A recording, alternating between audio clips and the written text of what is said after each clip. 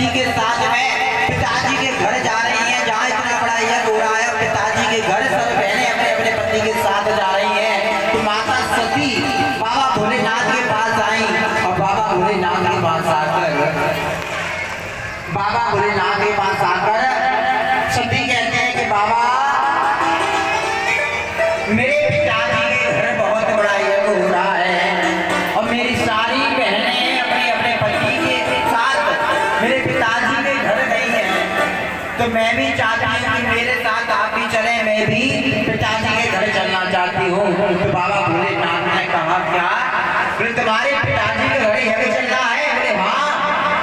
बोले तुम्हारे पिताजी के घर इतना बड़ा यज्ञ चल रहा है तो तुम्हारे पिताजी ने हमें खबर नहीं दी, हमें नहीं बुलाया? जरा ध्यान दीजिए। बोले तुम्हारे पिताजी ने हमें नहीं बुलाया, हमें खबर नहीं की तुम्हारे पिताजी ने। तो बोले देखो सती जब हमें बुलाया ही नहीं है तो हम क्यों जाएं तुम्हारे पिताजी के घर? बोले बिना बुलाए नहीं जाना चाहिए हमें पिताजी के घर। तो सती कहती है बोले बाबा क्या हुआ? बोले मेरे पिताजी ही जो है बुलाया नहीं बुलाया तो कोई बात नहीं। बोले नहीं बुलाया तो कोई बात नहीं। कहे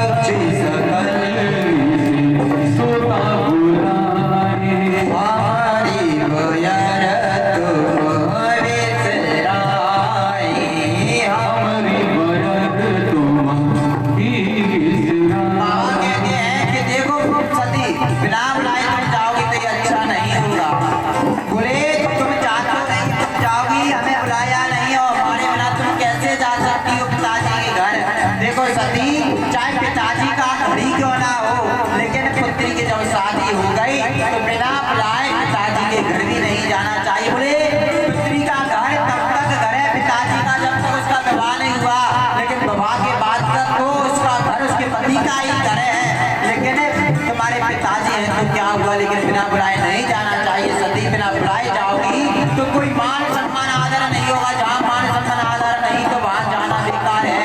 तो बोले जो भी भूले जाओ भवानी, जो भी भूले जाओ भवानी, रहे नसीब सने है नकानी,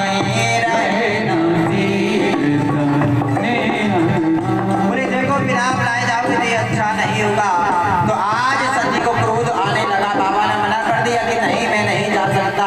तो अब सती कहती है, सती को क्रोध आने लगा, बाहर भीतर कहती है बोले ठीक है तुम नहीं जाते तो क्या हुआ, तुम नहीं जाओगे तो क्या मैं पिताजी के घर जाना छोड़ दूंगी?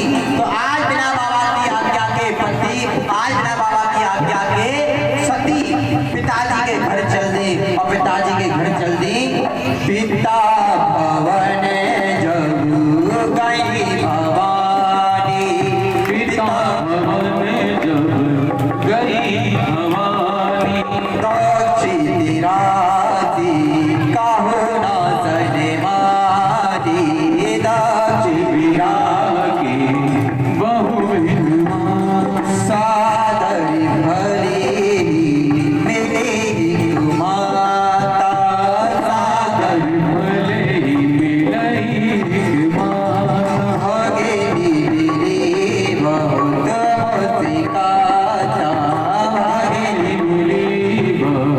बहुत पिताजी के घर जब सती गई है और पिताजी के घर गई है तो यज्ञ में प्रवेश किया। माताजी बैठी हैं, बहन बैठी हैं, सब रिश्तेदार बैठे हैं, लेकिन किसी ने सती से कुछ नहीं पूछा। ना इनकी बहन ने इनसे पूछा कि बहन तुम कैसी आई, कैसी रह रही, ना इनकी माताजी ने पूछा कि सती तू कैसी रह रही है, कहाँ से आई, सब ठीक से कुछ नहीं पूछा। और इनके पिताजी भी बैठे हुए थे, सबने देख लिया कि सती आ गई।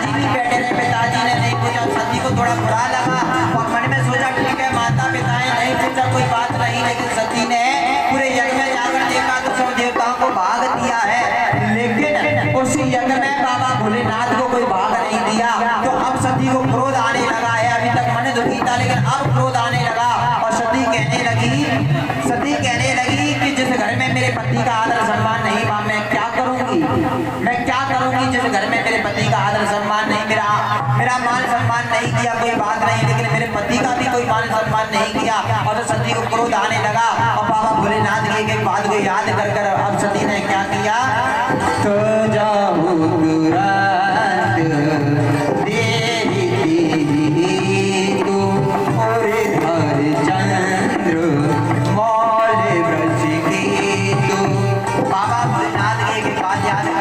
कहने लगी मैं बात मान जाती तो अच्छा था, और बात मान जाती तो अच्छा रहता, और मैं नहीं आती तो अच्छा था। ये दृश्य तो देखने को नहीं मिलता।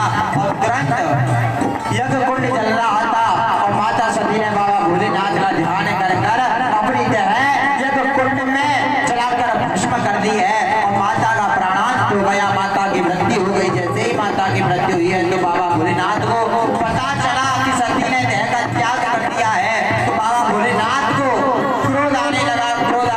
तो बाबा ने अपनी सर में से झंडा उखाड़ी और जोर से जमीन पर तीर मारी है। जोर से जमीन पर तीर मारी,